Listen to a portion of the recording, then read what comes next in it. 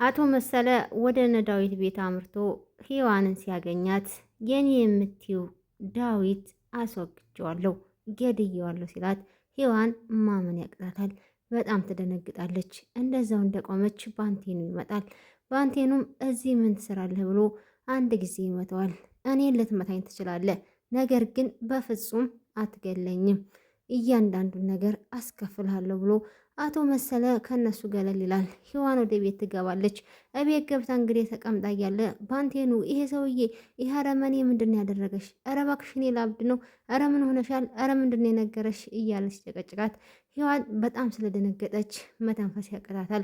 እንደምንም ብላ ዳዊት ምን ሆነ ስትለው ዳዊት ሞቷል ስትለው በጣም ይደነግጣል።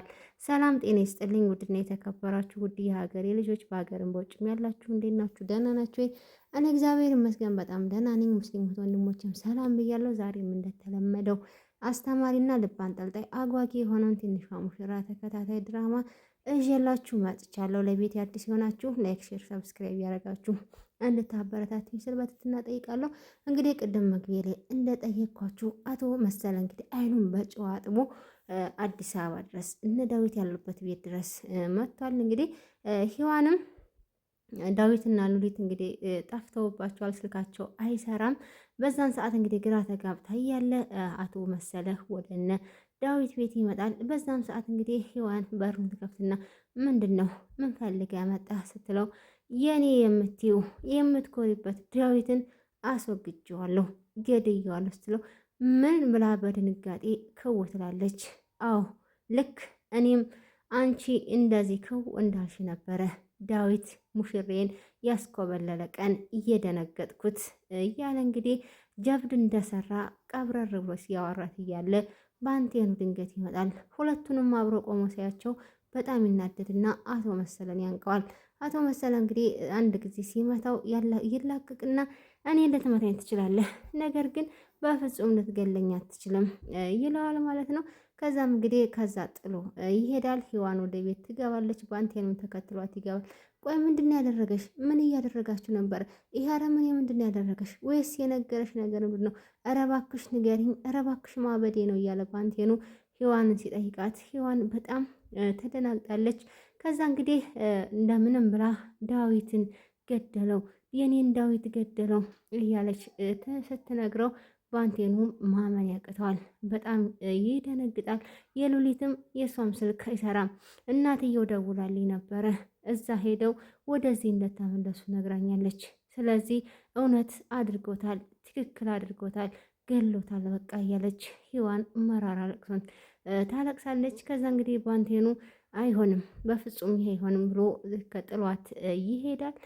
በዛን ሰዓት እንግዲህ ባንቴኑ አቶ መሰለን መከታተል ይጀምራል። አንተ ጅብ ሰውዬ ዛሬ ፍርድህን የምታገኝበት ቀን ነው፣ ስለዚህ እያንዳንዷን ነገር ትናዘዛለህ ብሎ ፖሊሶች ጋር ደውሎ እንግዲህ እርዳታቸውን ጠይቆ እስር ቤት ቢያስገቡትም አቶ መሰለ እንግዲህ በአንድ ቀን ከእስር ቤት ወጥቷል።